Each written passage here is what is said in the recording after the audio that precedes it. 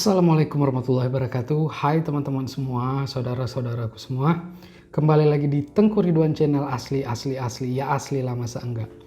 Nah, kali ini kita akan membahas suatu kisah heroik dari negeri kita sendiri, yaitu Indonesia tercinta, yaitu tentang wanita pertama yang menjadi laksamana di dunia. Jadi pertama kali di dunia wanita yang menjadi laksamana. Dulu mempunyai mitos bagi pelayar tidak boleh membawa wanita. Kalau membawa wanita maka pelayarannya akan sial. Tetapi Indonesia pertama kali melahirkan seorang laksamana wanita pertama di dunia. Jadi berlawanan dengan mitos yang beredar di dunia pada saat itu. Nah, siapa dia? Ya kan? Dia adalah Kemala Hayati yang lahir pada tahun 1550 sampai syahid di tahun 1615. Dia adalah putri Aceh, Kemala Hayati. Ayahnya bernama Tuanku Mahmud Syah, kakeknya bernama Tuanku Muhammad Said Syah, buyutnya bernama Sultan Salahuddin Syah yang memimpin Kerajaan Aceh Darussalam dari tahun 1530 sampai 1539. Dan ayah daripada buyutnya yaitu Sultan Ibrahim Ali Mukhayat Syah yang memimpin Aceh Darussalam pada tahun 1513 sampai 1530. Dan beliau ini termasuk pendiri kerajaan daripada Aceh Darussalam. Jadi Kemala Hayati bukanlah orang biasa, tetapi memang keturunan daripada kerajaan itu sendiri. Jadi bisa dibilang dia ini sebenarnya bangsawan. Nah, tetapi apakah dia manja dengan bangsawannya? Tidak. Itu dia. Nah, nama suaminya yaitu Zainal Abidin dan suaminya syahid di Teluk Aru. Jadi di Teluk Aru itu syahidnya ketika armada laut Aceh Darussalam berperang melawan Portugis sehingga jatuhlah Malaka. Jadi memperjuangkan Malaka di Teluk Aru pada saat itu. Suaminya dan syahid. Dan banyak yang syahid karena pada saat itu kalah banyak yang syahid. Nah, setelah kejadian itu Kemala Hayati ini itu memohon kepada raja untuk dibentuk suatu tim yang terdiri daripada perempuan dan terutama perempuan-perempuan yang suaminya telah syahid di Teluk Aru. Jadi direkrut, kalau kita bisa bilang janda ya, janda yang telah ditinggal pergi oleh suaminya yang berperang di Teluk Aru dikumpulkan dan dilatih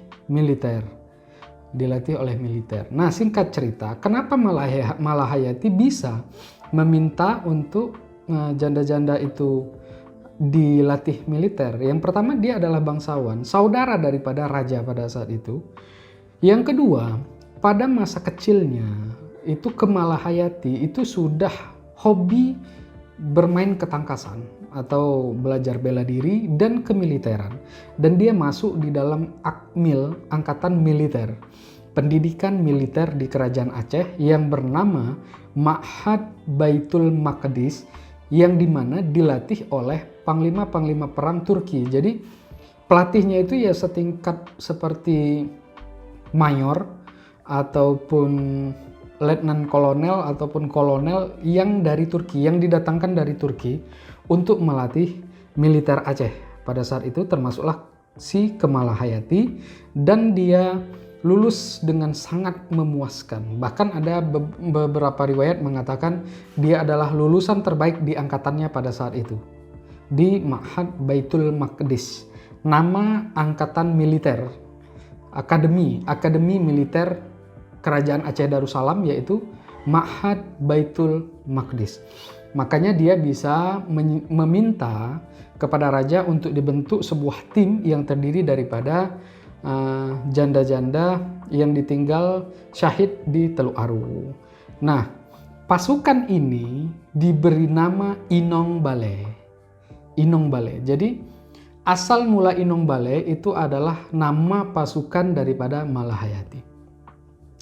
Nah, Setelah dia melatih dan memimpin daripada Inong Bale, itu pada tahun pertengahan Juni 1599, itu Belanda datang dengan kapal ekspedisinya pada waktu itu untuk mencari rempah-rempah ke Aceh Darussalam yang dipimpin oleh Cornelis de Houtman. Jadi pemimpinnya namanya, nahkodanya itu Cornelis de Houtman, dan wakilnya yaitu Frederik de Houtman. Jadi saudara orang ini, sama-sama de Houtman bersaudara. Tetapi di dalam kejadian perdagangan, si Cornelis de Houtman itu semena-mena. Jadi menawar harga murah, lalu kalau nggak dikasih dia akan buat rusuh, bahkan dia menghina raja. Pada saat kedatangannya mereka disambut seperti bagaimana pembeli adalah raja gitu ya. Tapi semena-mena, di dalam perdagangan mereka semena-mena, bahkan mereka membentuk sebuah camp di mana itu pasukan Belanda yang menjaganya gitu. Dan mereka melakukan semena-mena terhadap masyarakat, bahkan menghina raja. Maka raja mengutus ke Malahayati untuk mengusir si Belanda tadi. Dan singkat cerita, terusir sampai ke kapal dan mereka beradu di dalam kapal, armada kapal. Di armada kapal ini, ke Malahayati berhasil masuk ke dalam kapalnya Cornelis de Houtman, dan dia satu lawan satu, kalau bahasa anak sekarang one by one melawan Cornelis, dan dia menang. Yang pertamanya disepelekan oleh Cornelis, dan terakhir Cornelis tewas di tangan si Malahayati dan menahan si Frederik de Houtman sebagai sandera kerajaan Aceh Darussalam. Pada saat itu Malahayati membawa 2.000 pasukan di armadanya, dan itu mayoritas terdiri daripada janda-janda yang dibentuk olehnya. Jadi melawan perempuan kalah Belanda. Kalau nggak ada politik adu domba yang diterapkan oleh Belanda, mustahil Belanda bisa menduduki Indonesia, mustahil. Karena pada saat itu Indonesia sangat luar biasa, dan sampai sekarang pun luar biasa. Hanya adu domba yang memecah belah kita, yang bisa menghancurkan kita. Ini pelajaran yang sangat berharga dari masa lalu, dan harus kita jaga supaya kita jangan lagi terjadi seperti dulu. Kalau mereka satu lawan satu ataupun perang, memang benar-benar perang, belum tentu, bahkan bisa dipastikan tidak mungkin Belanda bisa menduduki Indonesia pada saat itu. Terbukti melawan perempuan saja mereka tidak bisa, yaitu Laksamana Malahayati. Nah, semenjak kejadian itu diberilah gelar oleh kerajaan dia untuk memimpin armada laut Aceh Darussalam, sehingga bergelar Laksamana. Kalau sekarang bintang 4 ya, Laksamana, bintang 4, Panglima Laut gitulah.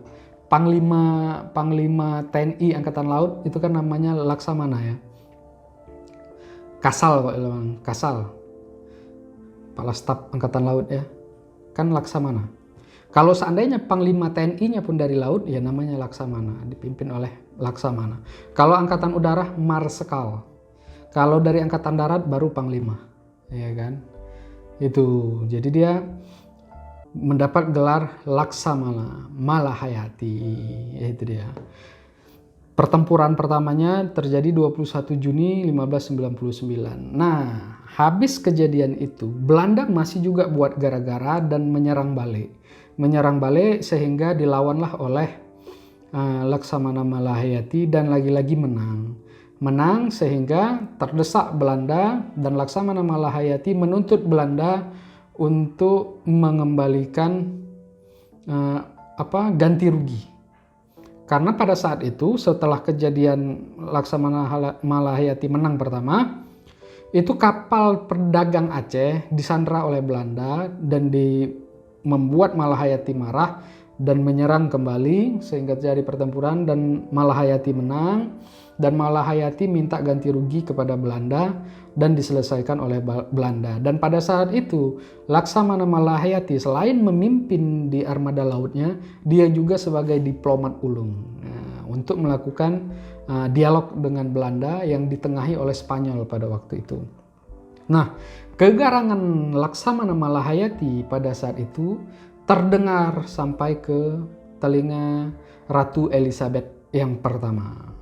Dan Ratu Elizabeth itu tertarik untuk melakukan diplomasi dengan Kerajaan Aceh Darussalam yang berhasil mengamankan jalur perdagangannya. Jadi siapapun yang melakukan perdagangan di Selat Malaka itu menjadi tanggung jawab daripada Aceh Darussalam.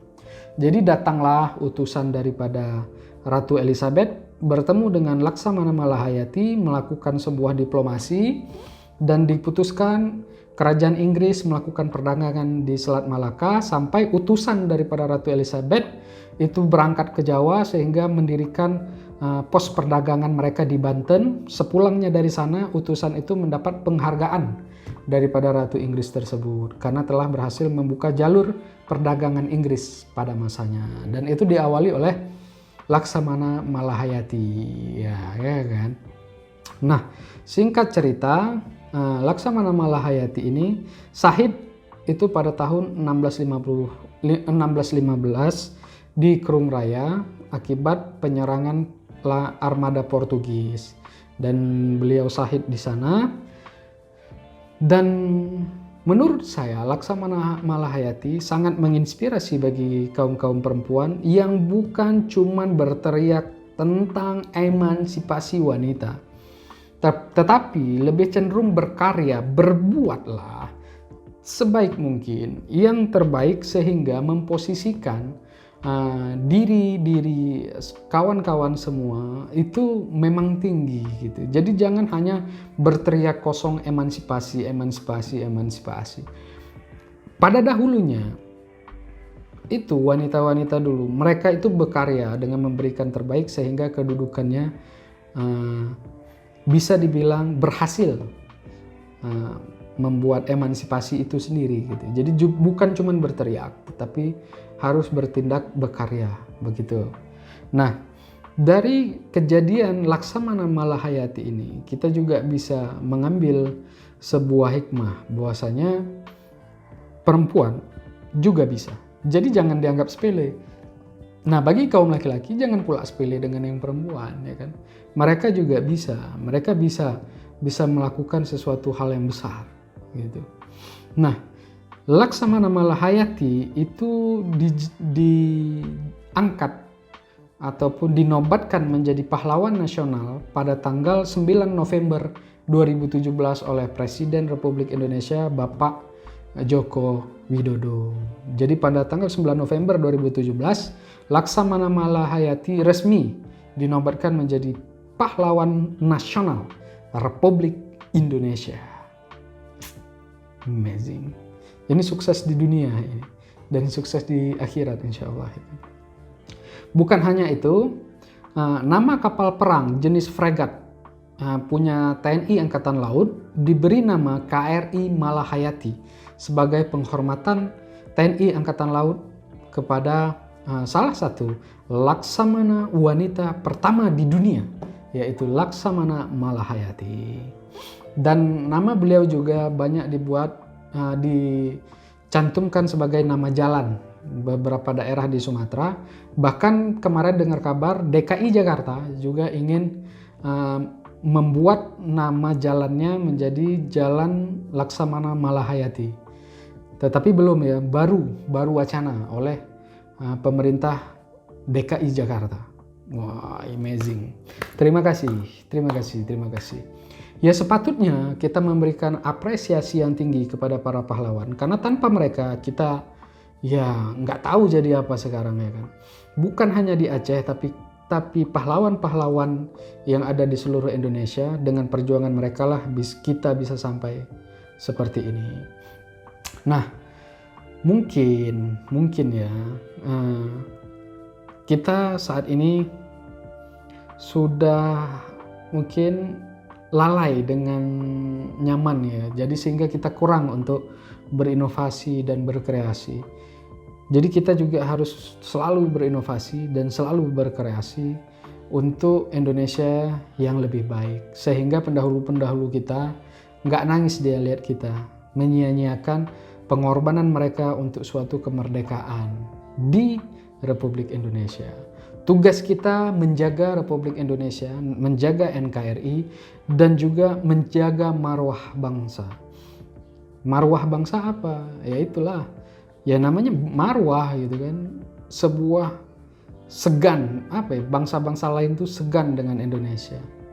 Apakah dengan akhlaknya, dengan inovasi dan kreasi produk-produknya, dengan kejujuran orang-orangnya gitu kan.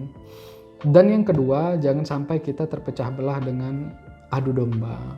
Jangan menggunakan perspektif kita searah, tetapi banyak arah. Lihat dari berbagai sisi, baru kita simpulkan gitu.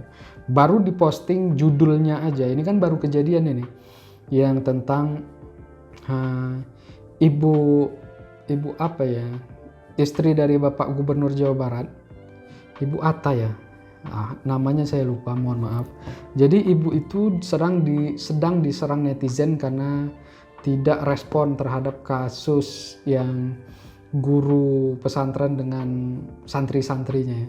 Sebenarnya nggak gitu, padahal cuman kepala judulnya aja langsung netizen komentarnya buruk. Padahal kalau diklik dibaca isinya itu nggak gitu ceritanya. Inilah salah satu yang harus kita perbaiki di dalam cara kita bergaul di dalam dunia maya. Mungkin kita harus buat yang namanya sopan santun dunia maya ya. Ya mungkin itu ya kan. Nah, cukup sekian dari saya. Apabila ada ucapan ataupun perkataan saya yang kurang berkenan bagi teman-teman semua, saya mohon maaf. Saya akhiri dengan wabillahi taufiq wal hidayah. Assalamualaikum warahmatullahi wabarakatuh. See you.